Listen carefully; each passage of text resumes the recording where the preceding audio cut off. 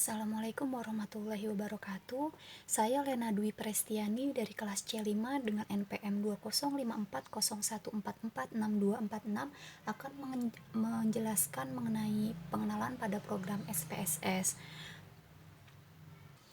Langkah yang pertama adalah kita buka dulu programnya. Di sini ada SPSS versi 23. Kita klik 2 kali untuk membukanya. Setelah terbuka, kita klik OK di sini. Kemudian secara langsung dia akan memiliki dua layar, di mana di sini berjudulkan yang pertama itu output dan juga yang kedua untitled. Adapun output di sini akan menampilkan hasil dari olahannya, dan untitled ini merupakan tempat kita untuk menginput data dan atau mengolah data, di mana yang akan kita pakai adalah pada lembar atau layar untitled ini.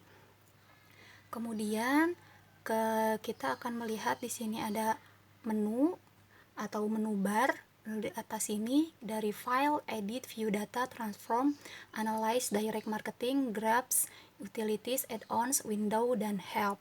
Mungkin untuk program-program ini tidak jauh berbeda dengan program di Microsoft Office seperti Microsoft Word ataupun Microsoft Excel. Di mana yang pertama di sini ada file, digunakan untuk membuat file baru atau membuka file data. Seperti di sini ada membuat data baru, untuk membuat data yang sudah ada, ataupun menyimpan data atau mengambil data dari atau ekspor. Kita juga bisa untuk merename atau mengganti nama. Kemudian yang kedua adalah edit. Edit digunakan untuk memodifikasi, mengcopy, menghapus, mencari, dan mengganti data. Kemudian yang ketiga yaitu view. View ini digunakan untuk mengatur tampilan font atau tampilan kode atau labelnya. Di sini ada menu fontnya ya. Kemudian pada menu data digunakan untuk membuat atau mendefinisikan nama variabel, mengambil atau menganalisis sebagian data, dan menggabungkan data. Kemudian di sini ya ada banyak menunya. Kemudian ada transform, digunakan untuk transformasi atau modifikasi data seperti pengelompokan variabel, pembuatan variabel baru dari perkalian penjumlahan seperti itu. Dan di sini ada kalkulatornya apabila kita ingin menghitung, jadi tidak perlu membuka kalkulator dari luar, bisa langsung di sini. Setelah transform kita analyze, di mana analyze digunakan untuk memilih berbagai prosedur statistik dari statistik sederhana sampai dengan analisis statistik kompleks atau multivariat. Ini menu-menu yang bakal sering digunakan ketika kita menggunakan SPSS. Kemudian direct marketing, juga ada grabs. Grabs ini digunakan ketika kita akan membuat macam-macam grafik ya.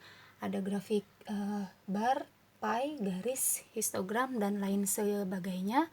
Kemudian ada menu utilities, digunakan untuk menampilkan berbagai informasi tentang isi file. Kemudian juga di sini ada menu windows, digunakan untuk berpindah-pindah antar jendela, dan juga help atau menu bantuan. Kemudian yang kita lihat di sini pada pojok kiri bawah terdapat dua ya. Di sini ada data view dan juga variable view. Adapun data view di sini adalah untuk menginput data. Menginput data dari variable view. Jadi di dalam variable view ini berfungsi untuk membuat nama variabel. Di sini dalam namanya kita sebutkan kita ketikkan variabelnya agar nanti terlihat di data view ini umur, HB, status pernikahan. Jadi yang di atas ini kita sebut juga dengan variabel, di mana var ini berarti variabel. Di variable view ini pertama ada name. Di sini untuk kita tuliskan nama variabel-variabel yang agar terlihat di data view, yang harus diingat pada name di sini tidak boleh menggunakan spasi. Jadi seperti ini ya, ketika kita ingin menginput dua kata status pernikahan, contohnya kita jadi bisa tidak menggunakan spasi, digabungkan seperti ini, ataupun bisa juga menggunakan underscores. Kemudian di sini tipenya, karena umur itu kan bersifat numerik atau angka, maka tidak perlu diganti, di sini tetap numerik. Kemudian di sini ada kolom width. Ya ini kemudian di sini desimal di situ berarti ketika kita akan menginput di data view ini jumlah desimalnya berapa, karena di sini seperti di sini ya untuk HB desimalnya adalah 1, maka ketika kita menginput di data view untuk HB akan ada komanya itu 1 di belakang angkanya ini. Kemudian label di sini merupakan penjelasan dari umur, dari name maksudnya. Seperti name di sini umur, maka kita jelaskan lagi di sini sebagai umur responden. Kemudian jika di sini HB, kita jelaskan lagi HB responden dan sebagainya. Dan kalau untuk label di sini tidak masalah jika kita ingin menggunakan spasi. Untuk file, kemudian selanjutnya di sini menu mengenai values.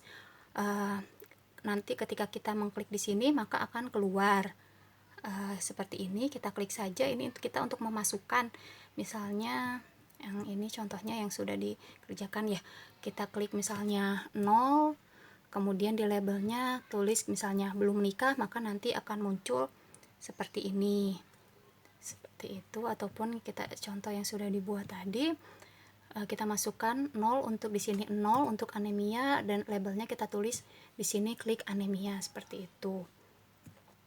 Kemudian untuk menu yang di selanjutnya ini yang agak jarang digunakan ya, missing, columns, dan alignnya. Kemudian di sini measure atau ukurannya, scale, ordinal atau nominal, itu disesuaikan dengan data yang kita miliki dan role-nya itu input. Untuk contoh tadi pada kategori di values ini kita ketik pada status pernikahan 0 belum menikah, kemudian 1 sudah menikah, maka ketika kita menginput data di data view di sini ya, kita tidak perlu menulis lagi belum menikah atau sudah menikah, kita langsung masukkan saja 0, di mana 0 berarti kan tadi belum menikah dan yang 1 ini sudah menikah.